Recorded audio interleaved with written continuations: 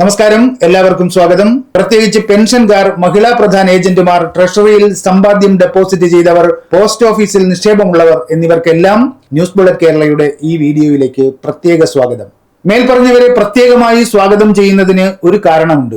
തെരഞ്ഞെടുപ്പ് ലക്ഷ്യമിട്ട് കൊടുമ്പിരി കൊള്ളുന്ന കേരളം കടക്കെണിയിലാണെന്ന പ്രചരണം അവർക്കുള്ള എട്ടിന്റെ പണിയാണ്. അതാണ് ഈ വീഡിയോയിൽ വിശദീകരിക്കുന്നത്. മേൽപ്പറഞ്ഞ വിഭാഗത്തിൽപ്പെട്ടവർ ഈ വീഡിയോ ശ്രദ്ധയോടെ കാണണമെന്ന് അഭ്യർത്ഥിക്കുന്നു. വീഡിയോയിലേക്ക് കടക്കും മുമ്പ് ഒരു കാര്യം വ്യക്തമാക്കട്ടെ. റിസർവ് ബാങ്ക് പ്രസിദ്ധീകരിച്ച ഡാറ്റയാണ് ഈ വീഡിയോയുടെ അടിസ്ഥാനം. ഇതിൽ പറയുന്ന എല്ലാ കണക്കും റിസർവ് ബാങ്കിന്റെ state wise composition of outstanding liabilities എന്ന ഡോക്യുമെന്റിലുള്ളതാണ്. RBIയുടെ സൈറ്റിൽ ചെന്നാൽ ആർക്കും ഈ കണക്ക് പരിശോധിക്കാം, ഈ രേഖ ഡൗൺലോഡ് ചെയ്യാം. എത്രയാണ് നമ്മുടെ കടം? 2025 മാർച്ച് 31 അവസാനിച്ച സാമ്പത്തിക വർഷത്തെ കണക്ക് പ്രകാരം കേരളത്തിന്റെ ഔട്ട്സ്റ്റാൻഡിംഗ് ലയബിലിറ്റി 4,71,091 കോടി രൂപയാണ്. രണ്ടിനം ബാധ്യതകളാണ് ഔട്ട്സ്റ്റാൻഡിംഗ് ലയബിലിറ്റിയിൽ ഉൾപ്പെടുക. ഒന്ന് പബ്ലിക് ഡെറ്റ്, പൊതുകടം. രണ്ട് പബ്ലിക് അക്കൗണ്ട്. പബ്ലിക് ഡെറ്റിൽ മാർക്കറ്റ് ലോണാണ് ആദ്യം. റിസർവ് ബാങ്ക് പുറത്തിറക്കുന്ന കടപ്പത്രങ്ങൾ അഥവാ ബോണ്ടുകൾ വഴി സംസ്ഥാനങ്ങൾ പൊതുവിപണിയിൽ നിന്ന് കടം വാങ്ങുന്ന തുകയാണത്. LIC, GIC, നബാർഡ് തുടങ്ങിയ ഫിനാൻഷ്യൽ ഇൻസ്റ്റിറ്റ്യൂഷനുകളിൽ നിന്നുള്ള ലോണുകളുണ്ട്. നാഷണൽ സ്മോൾ സേവിംഗ് ഫണ്ട് അഥവാ ദേശീയ ചെറുകിട സമ്പാദ്യ പദ്ധതി, നമ്മുടെ പോസ്റ്റ് ഓഫീസ് നിക്ഷേപം, അതിൽ നിന്നുള്ള ലോണുണ്ട്. പിന്നെ കേന്ദ്ര സർക്കാരിൽ നിന്നുള്ള ലോണും അഡ്വാൻസും ഉണ്ട്. ഇതെല്ലാം ചേർന്നാണ് പബ്ലിക് ഡെറ്റ്. പബ്ലിക് അക്കൗണ്ടിൽ ജീവനക്കാരുടെയും അധ്യാപകരുടെയും പ്രൊവിഡന്റ് ഫണ്ട്, പെൻഷൻകാരുടെ ട്രഷറി നിക്ഷേപം തുടങ്ങിയവ ഉൾപ്പെടും. ഇത് രണ്ടും ചേർന്നാണ് ഔട്ട്സ്റ്റാൻഡിംഗ് ലയബിലിറ്റി. 2025 ഈ ലയബിലിറ്റി 4,71,091 കോടിയാണ് എന്ന് പറഞ്ഞല്ലോ. അതിൽ പബ്ലിക് ഡെറ്റ് എത്ര, പബ്ലിക് അക്കൗണ്ട് എത്ര, അതാണ് നാം ഇനി പരിശോധിക്കാൻ പോകുന്നത്.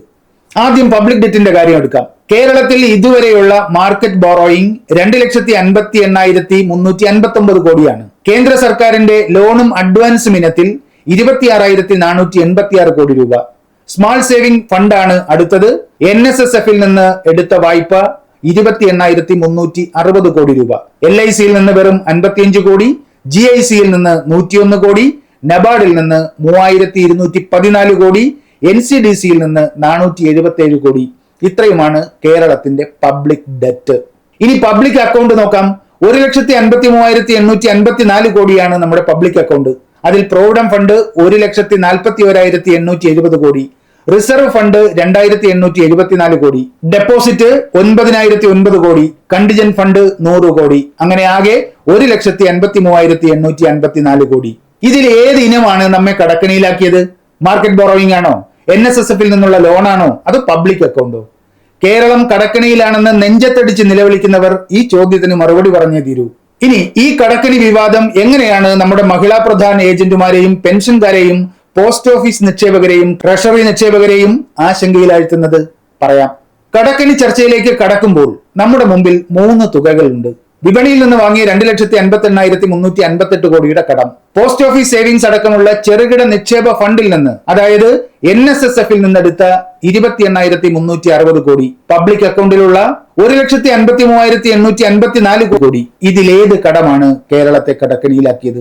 ഏതായാലും കേന്ദ്ര സർക്കാരിന്റെ ലോണും അഡ്വാൻസും ഒരു സംസ്ഥാനത്തെയും കടക്കണിയിലാക്കില്ല. ഇത് ഓരോന്നായിട്ടാണ് നാം ഇനി പരിശോധിക്കുന്നത്. വിപണിയിൽ നിന്നെടുത്ത കടത്തിന്റെ കാര്യം അവസാനം പറയാം. മാർക്കറ്റിൽ നിന്ന് വാങ്ങിയ ലോണിന് കേരളം നൽകുന്ന പലിശ 7.64%. പോസ്റ്റ് ഓഫീസ് സേവിങ്സിൽ നിന്ന് നാം എടുത്ത ലോണിന്റെ പലിശയുടെ നിരക്ക് 9.5%. പോസ്റ്റ് ഓഫീസ് നിക്ഷേപമുള്ളവരും മഹിളാ പ്രധാന ഏജന്റുമാരും ഇനി പറയുന്നത് ശ്രദ്ധിച്ച് കേൾക്കണം. മാർക്കറ്റിൽ നിന്ന് 7.64% നിരക്കിൽ ലോൺ കിട്ടുമ്പോൾ നാം എന്തിന് 9.5% നിരക്കിൽ പോസ്റ്റ് ഓഫീസിൽ നിക്ഷേപത്തിൽ നിന്ന് വായ്പ എടുക്കണം? ആലോചിച്ചിട്ടുണ്ടോ? എന്നാലേ ആ കടമെടുപ്പിന്റെ രാഷ്ട്രീയം മനസ്സിലാകൂ. മഹിളാ പ്രധാന ഏജന്റുമാർക്ക് വരുമാനം ഉറപ്പുവരുത്താനും പോസ്റ്റ് ഓഫീസിൽ പണം നിക്ഷേപിച്ചവർക്ക് ഉയർന്ന പലിശ ലഭിക്കാനുമാണ് നാം NSSFൽ നിന്നുള്ള വായ്പ ക്രമമായി വർദ്ധിപ്പിക്കുന്നത്. തീർച്ചയായും നമ്മുടെ ഖജനാവിന് ആ ലോൺ വലിയ പലിശ ബാധ്യതയുണ്ടാക്കും. എന്നാൽ മഹിളാ പ്രധാന ഏജന്റുമാർക്കും പോസ്റ്റ് ഓഫീസിൽ പണം നിക്ഷേപിച്ചവർക്കും വരുമാനം ലഭിക്കാൻ ആ ബാധ്യത സർക്കാർ ഏറ്റെടുക്കുകയാണ്. അതൊരു രാഷ്ട്രീയ നിലപാടാണ്. ഈ രാഷ്ട്രീയ നിലപാട് 2001-16 ഉമ്മൻചാണ്ടി സർക്കാരിന് ഉണ്ടായിരുന്നില്ല. ആ സർക്കാരും 1ഉം 2ഉം പിണറായി സർക്കാരുകളും NSSFൽ നിന്നെടുത്ത വായ്പാ തുക താരതമ്യം ചെയ്താൽ നമുക്ക് ഇക്കാര്യം വളരെ ലളിതമായി മനസ്സിലാക്കാവുന്നതേയുള്ളൂ. VS സർക്കാർ അധികാരമൊഴിയുമ്പോൾ NSSF വായ്പ 11,777 കോടിയായിരുന്നു. 5 വർഷം കഴിഞ്ഞ് 2016 ഉമ്മൻചാണ്ടി അധികാരമൊഴിയുമ്പോൾ അത് 12,544 കോടിയായി. 5 വർഷത്തിനിടെ NSSF നിന്ന് ഉമ്മൻചാണ്ടി സർക്കാർ എടുത്തത് വെറും 767 കോടി മാത്രം. ഇതേ സമയം പൊതുവിപണിയിൽ നിന്ന് ആ സർക്കാർ കടമെടുത്തത് 46,607 കോടിയാണ്. 2021 ഒന്നാം പിണറായി സർക്കാരിന്റെ 5 വർഷം അവസാനിക്കുമ്പോൾ NSSF നിന്നെടുത്ത വായ്പ 7,290 കോടിയാണ്. രണ്ടാം പിണറായി സർക്കാരിന്റെ കാലത്ത് 2025 വരെ 8,526 കോടിയും. NSSF വായ്പ ഇപ്പോൾ ആകെ 28,360 കോടിയാണ്. അതിൽ 15,816 കോടി ഒന്നും രണ്ടും പിണറായി സർക്കാരുകളുടെ കാലത്ത് എടുത്തതാണ്. NSSF വായ്പയുടെ കാര്യത്തിൽ ഉമ്മൻചാണ്ടി സർക്കാരിന്റെ സമീപനമല്ല പിണറായി സർക്കാരിന്. ഇന്ത്യയിലെ മറ്റ് സംസ്ഥാനങ്ങളുമായി താരതമ്യം ചെയ്താലും ഇത് വേറിട്ട സമീപനമാണ് എന്ന് നമുക്ക് മനസ്സിലാകും. 2011 മഹാരാഷ്ട്ര 81,000 കോടിയാണ് NSSF നിന്ന് വായ്പ എടുത്തത്.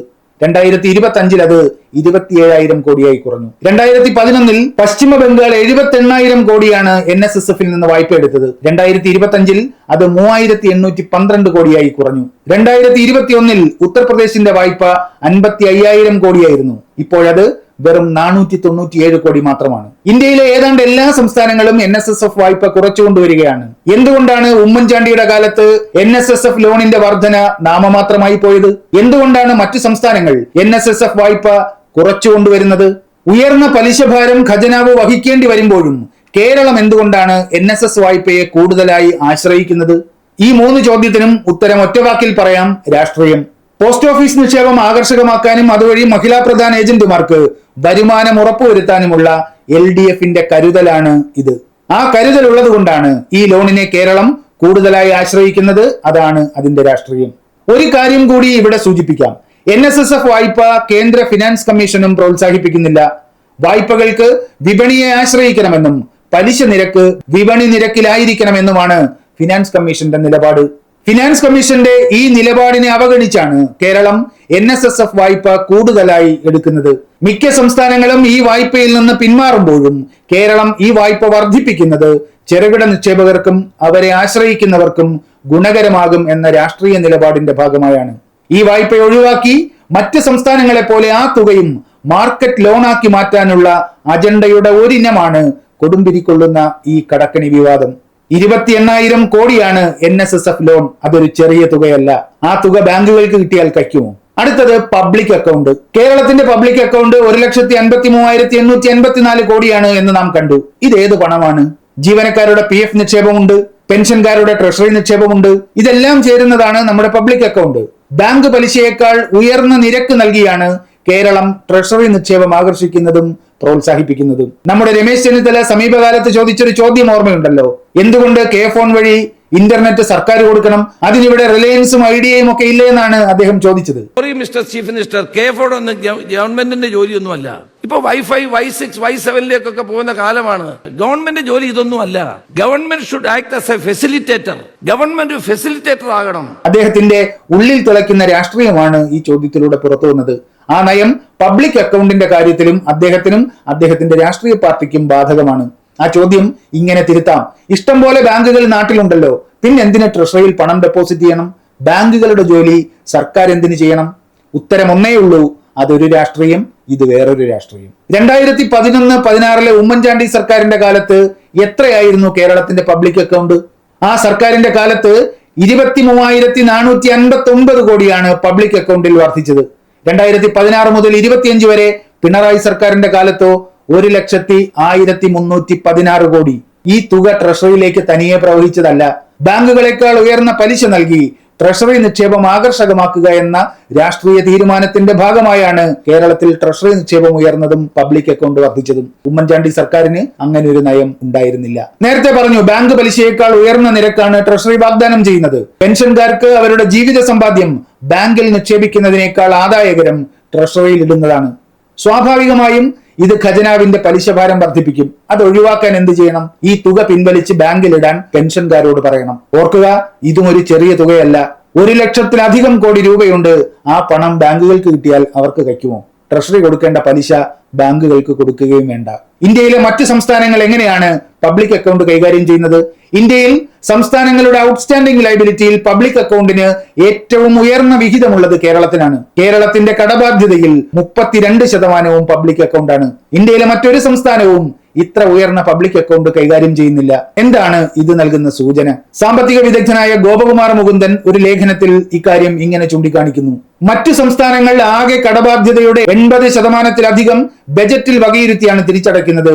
കേരളത്തിൽ ഇത് 68% മാത്രമാണ്. കാര്യം മനസ്സിലായില്ലേ? ബജറ്റിൽ വകയിരുത്തിയാണ് പബ്ലിക് ഡെറ്റിന്റെ തിരിച്ചടവ്. പബ്ലിക് അക്കൗണ്ടിന് ആ ബാധ്യതയില്ല. അപ്പോ ബജറ്റിൽ വകയിരുത്തി തിരിച്ചടയ്ക്കുന്ന കടത്തിന്റെ വലിപ്പം നോക്കിയല്ലേ നാം കടക്കണിയിലാണോ അല്ലയോ എന്ന് തീരുമാനിക്കേണ്ടത്. മറ്റു സംസ്ഥാനങ്ങൾ പബ്ലിക് അക്കൗണ്ട് ബോധപൂർവം കുറച്ച് ആ പണം കൂടി മാർക്കറ്റിൽ നിന്ന് വായ്പ എടുക്കുന്നു എന്നാണ് ഗോപകുമാർ മുകുന്ദനെ പോലെയുള്ളവർ ചൂണ്ടിക്കാണിക്കുന്നത്. കേരളം എന്താണ് ചെയ്യുന്നത്? ഉയർന്ന പലിശ വാഗ്ദാനം ചെയ്ത് ട്രഷറി നിക്ഷേപം ഉയർത്തി ബോധപൂർവം പബ്ലിക് അക്കൗണ്ട് പരമാവധി ഉയർത്താൻ ശ്രമിക്കുന്നു. ഇന്ത്യയിലെ മറ്റൊരു സംസ്ഥാനവും ഇങ്ങനെ ചെയ്യുന്നില്ല. തീർച്ചയായും പബ്ലിക് അക്കൗണ്ട് ഉയരുന്നത് നമ്മുടെ ഖജനാവിന്റെ പലിശ ഭാരം ഉയർത്തുന്നുണ്ട്. അതേസമയം അത് പെൻഷൻകാർക്കും ട്രഷറിയിൽ പണം ഡെപ്പോസിറ്റ് ചെയ്തവർക്കും ഒരു ആശ്വാസവുമാണ്. ഏതിനാണ് നാം പ്രാധാന്യം കൊടുക്കേണ്ടത്? അത് നമ്മുടെ രാഷ്ട്രീയ നിലപാടിനെ ആശ്രയിച്ചിരിക്കും. പെൻഷൻകാരോട് നിങ്ങളുടെ സമ്പാദ്യം ബാങ്കിൽ നിക്ഷേപിക്കൂ എന്ന് പറയുന്നത് ഒരു രാഷ്ട്രീയം, അവർക്ക് ഉയർന്ന പലിശ നൽകി അവരുടെ സമ്പാദ്യം ട്രഷറിയിലേക്ക് ആകർഷിക്കുന്നതും അതുവഴി നാടിന്റെ വികസന പ്രക്രിയയിൽ അവരെയും കൂട്ടിപ്പിടിക്കുകയും സമ്പദ്ഘടന വളരുന്നതിന്റെ ഒരു വിഹിതം അവർക്ക് പലിശ ഇനത്തിൽ നൽകുകയും ചെയ്യുന്നത് വേറൊരു രാഷ്ട്രീയം. നേരത്തെ പറഞ്ഞതുപോലെ 1.5 ലക്ഷം കോടിയുണ്ട് കേരളത്തിന്റെ പബ്ലിക് അക്കൗണ്ടിൽ. ആ പണം ബാങ്കിന് കിട്ടിയാൽ കഴിക്കുമോ? ഇനി മാർക്കറ്റ് ബോറോയിങ്ങിന്റെ കാര്യം, അതായത് വിപണിയിൽ നിന്ന് നേരിട്ടെടുക്കുന്ന കടത്തിന്റെ കാര്യം. 2,58,359 കോടിയാണ് കേരളം ഈ ഇനത്തിൽ എടുത്തത്. ഓർക്കുക, ഇതൊന്നും രണ്ടും പിണറായി സർക്കാരുകൾ എടുത്ത ലോണല്ല. 2025 വരെ കേരളം ഭരിച്ച എല്ലാ സർക്കാരുകളും മാർക്കറ്റിൽ നിന്നെടുത്ത ലോണുകളിൽ ഇനി തിരിച്ചടയ്ക്കാൻ ബാക്കിയുള്ള ലോണിന്റെ കണക്കാണിത്. സ്റ്റേറ്റ് ഡെവലപ്മെന്റ് ലോൺ അഥവാ SDL എന്നാണ് ഇതിനെ പറയുക. എല്ലാ സംസ്ഥാനങ്ങളും ഈ ലോൺ തകൃതിയായി എടുക്കാറുണ്ട്. SDL ലോൺ എടുക്കുന്നതിൽ കേരളം ഇന്ത്യയിൽ എത്രാമതാണ്? കേരളം ഈ പട്ടികയിൽ 13ാം സ്ഥാനത്താണ്. ഏറ്റവും കൂടുതൽ SDL വായ്പകളുള്ള സംസ്ഥാനങ്ങളുടെ പട്ടിക ഇനി പറയുന്നു. തമിഴ്നാട് 6,87,034 കോടി, ഉത്തരാഖണ്ഡ് 5,95,765 കോടി, മഹാരാഷ്ട്ര 5,78,708 കോടി, ഡൽഹി 5,34,869 കോടി, കർണാടക 4,76,632 കോടി, രാജസ്ഥാൻ 4,18,562 കോടി, ആന്ധ്രാപ്രദേശ് 4,16,462 കോടി, ത്രിപുര 3,58,540 കോടി, ഗുജറാത്ത് 3,30,584 കോടി, ഹരിയാന 2,89,639 കോടി, മധ്യപ്രദേശ് 2,71,658 കോടി, പഞ്ചാബ് 2,64,664 കോടി, കേരളം 2,58,389 കോടി. കടപ്പത്രം ഇറക്കി വിപണിയിൽ നിന്ന് കേരളത്തെക്കാൾ കൂടുതൽ കടമെടുക്കുന്ന 12 സംസ്ഥാനങ്ങൾ രാജ്യത്ത് വേറെയുണ്ട്. അവിടെ ഒന്നുമില്ലാത്ത കടക്കണിയാണോ ഇവിടെ? 2016 ഉമ്മൻചാണ്ടി സ്ഥാനമൊഴിയുമ്പോൾ ഈ പട്ടികയിൽ നാം എത്രാമതായിരുന്നു എന്നറിയാമോ? 7ാം സ്ഥാനത്ത്. ഈ ഒരു ഒറ്റ കാര്യത്തിൽ മാത്രമാണ് ഉമ്മൻചാണ്ടി സർക്കാരിനേക്കാൾ കേരളം ഇപ്പോൾ താഴോട്ട് പോയിരിക്കുന്നത്. ബോണ്ട് ഇറക്കി വിപണിയിൽ നിന്ന് വായ്പ എടുക്കുന്ന സംസ്ഥാനങ്ങളിൽ 7ാം സ്ഥാനത്തായിരുന്നു ഉമ്മൻചാണ്ടി സർക്കാരിന്റെ കേരളം. പിണറായി വിജയൻ അധികാരത്തിൽ 10 വർഷം പൂർത്തിയാക്കുമ്പോൾ നാം 13ാം സ്ഥാനത്തേക്ക് പതിച്ചിരിക്കുന്നു. ഇതിനെയാണോ നാം കടക്കണിയിലേക്ക് വീണു എന്ന് പറയുന്നത്? ഒരു സംസ്ഥാനത്തിന്റെ സാമ്പത്തിക ഭദ്രതയുടെ അളവുകോൽ ഡെപ്റ്റ് GSDP റേഷ്യോ ആണ് എന്നാണ് സാമ്പത്തിക വിദഗ്ധർ പറയുന്നത്. ഈ റേഷ്യോ ഒരു 30% അടുത്തായാൽ ആ സംസ്ഥാനം സാമ്പത്തികമായി ഭദ്രമാണെന്ന് മേരി ജോർജിനെ പോലെയൊക്കെയുള്ള ആസ്ഥാന സാമ്പത്തിക വിദഗ്ധർ അഭിപ്രായം പറയും. 2024-25 ബജറ്റ് കണക്കുകൾ പ്രകാരം കേരളത്തിന്റെ ഡെപ്റ്റ് GSDP റേഷ്യോ 34.2%. പഞ്ചാബ്, രാജസ്ഥാൻ, ഹിമാചൽ പ്രദേശ്, പശ്ചിമ ബംഗാൾ എന്നീ സംസ്ഥാനങ്ങളൊക്കെ കേരളത്തെക്കാൾ ഉയർന്ന ഈ റേഷ്യോ ഉള്ളവരാണ്. പക്ഷെ അവിടെ ഒന്നും ഒരു കടക്കണി വിവാദവുമില്ല. ഒരു കാര്യം കൂടി മനസ്സിലാക്കേണ്ടത്, ഈ സംസ്ഥാനങ്ങളൊന്നും പബ്ലിക് അക്കൗണ്ടിന്റെ കാര്യത്തിൽ കേരളത്തിന്റെ നയം അംഗീകരിക്കുന്നവരല്ല. NSSF ലോണിന്റെ കാര്യത്തിലും അവർ ഫിനാൻസ് കമ്മീഷന്റെ നിലപാട് പിന്തുടരുന്നവരാണ്. അതുകൊണ്ട് മറ്റ് സംസ്ഥാനങ്ങളിലെ ഡെറ്റ് GSDP റേഷ്യോയെ കേരളത്തിന്റേതുമായി കേവലമായി താരതമ്യപ്പെടുത്തുന്നതിൽ നീതികേടുണ്ട്. ലളിതമായ ഒരു ഉദാഹരണം കൊണ്ട് ഇക്കാര്യം വ്യക്തമാക്കാം. മാർക്കറ്റിൽ നിന്ന് ഏറ്റവും അധികം വായ്പ എടുത്ത സംസ്ഥാനം തമിഴ്നാടാണ്. 6,87,034 കോടി. കേരളത്തിന്റേത് 2,58,359 കോടി. ഈ വായ്പയും GSDPയും തമ്മിലുള്ള അനുപാതം നോക്കിയാലോ? മാർക്കറ്റിൽ നിന്ന് തമിഴ്നാട് എടുത്ത വായ്പയും അവരുടെ GSDPയും തമ്മിലുള്ള അനുപാതം 21.7%. കേരളത്തിന്റേത് 21.5%. എന്നാൽ ആകെ ഡെറ്റ് GSDP റേഷ്യോ എടുത്താലോ തമിഴ്നാട് 26.41%, കേരളം 34.2%. വ്യത്യാസത്തിന്റെ കാര്യം വ്യക്തമല്ലേ? കേരളത്തിന്റെ ഡെറ്റ് GSDP റേഷ്യോ ഉയർന്നിരിക്കുന്നതിന് കാരണം നമ്മുടെ പബ്ലിക് അക്കൗണ്ടിന്റെ വലിപ്പം മൂലമാണ്. മാർക്കറ്റ് വായ്പയല്ല നമ്മുടെ പലിശ ഭാരത്തെ ഉയർത്തി നിർത്തിയിരിക്കുന്നത്. NSSFൽ നിന്ന് ഉയർന്ന പലിശക്കെടുത്ത വായ്പയും ഉയർന്ന പലിശ നൽകി നാം ട്രഷറിയിലേക്ക് ആകർഷിച്ച നിക്ഷേപവുമാണ് നമ്മുടെ ഡെറ്റ് GSDP റേഷ്യോ ഉയർന്നിരിക്കുന്നതിന് കാരണം. ആ റേഷ്യോയും പൊക്കിപ്പിടിച്ച് കേരളമാകെ കടക്കണിയിൽ മുങ്ങിത്താഴുകയാണ് എന്ന നിലവിളിക്ക് യാതൊരു അടിസ്ഥാനവുമില്ല, വസ്തുതയുടെ പിൻബലവുമില്ല. അപ്പൊ പിന്നെ എന്തിനാണ് ഈ നെഞ്ചത്തടിയും നിലവിളിയും വിവാദവും? നമ്മുടെ പബ്ലിക് അക്കൗണ്ട് തകർക്കണം, NSSFൽ നിന്നുള്ള വായ്പ കുറയ്ക്കണം, ആ പണം കൂടി മാർക്കറ്റ് വായ്പയാക്കി മാറ്റണം. സംസ്ഥാനങ്ങൾക്ക് കടം കൊടുക്കുന്ന വായ്പാ മാർക്കറ്റിന്റെ വലിപ്പം നമുക്ക് ചിന്തിക്കാവുന്നതിനും എത്രയോ അപ്പുറമാണ്. ലക്ഷക്കണക്കിന് കോടികളുടെ ബിസിനസ് നടക്കുന്ന മേഖലയാണത്. നാം പബ്ലിക് അക്കൗണ്ട് പ്രോത്സാഹിപ്പിക്കുന്നതും NSSF വായ്പ വർദ്ധിപ്പിക്കുന്നതും ആ മാർക്കറ്റിന് രുചിക്കുന്ന കാര്യമല്ല. കാരണം അവർക്ക് കിട്ടേണ്ട നിക്ഷേപവും പലിശയുമാണ് കേരള സർക്കാർ അനായാസമായി ട്രഷറിയുടെ ഭാഗമാക്കിയിരിക്കുന്നത്. ആ കെട്ട് പൊട്ടിക്കണം, അതാണ് അജണ്ട. ആ അജണ്ട നടപ്പായാൽ ആദ്യം തകരുന്നത് കേരളത്തിലെ മഹിളാ പ്രധാന ഏജന്റുമാരുടെ കുടുംബ ബജറ്റാണ്. പിന്നെ പണി കിട്ടുന്നത് ഉയർന്ന പലിശ നിരക്കിന്റെ ആനുകൂല്യത്തിനു വേണ്ടി ട്രഷറിയിൽ സമ്പാദ്യം നിക്ഷേപിച്ച പെൻഷൻകാർക്ക്. കേരളം കടമെടുക്കുന്നത് വികസന പ്രവർത്തനങ്ങൾ നടത്താനും ജനങ്ങളുടെ കയ്യിലേക്ക് പണം എത്തിക്കാനുമാണ്. എടുത്ത കടം പാഴാക്കി കളഞ്ഞ സംസ്ഥാനമല്ല കേരളം. നാം കെട്ടിപ്പടുത്ത മികച്ച വിദ്യാഭ്യാസ, ആരോഗ്യ, അടിസ്ഥാന സൗകര്യ സംവിധാനങ്ങളും ജനങ്ങളുടെ ജീവിത നിലവാര സൂചികയും അതിന് തെളിവാണ്. ഇത് കേവലം അക്കങ്ങളുടെ കളി മാത്രമല്ല, ജനങ്ങളുടെ ജീവിത നിലവാരത്തിന്റെ കൂടി കണക്കാണ്.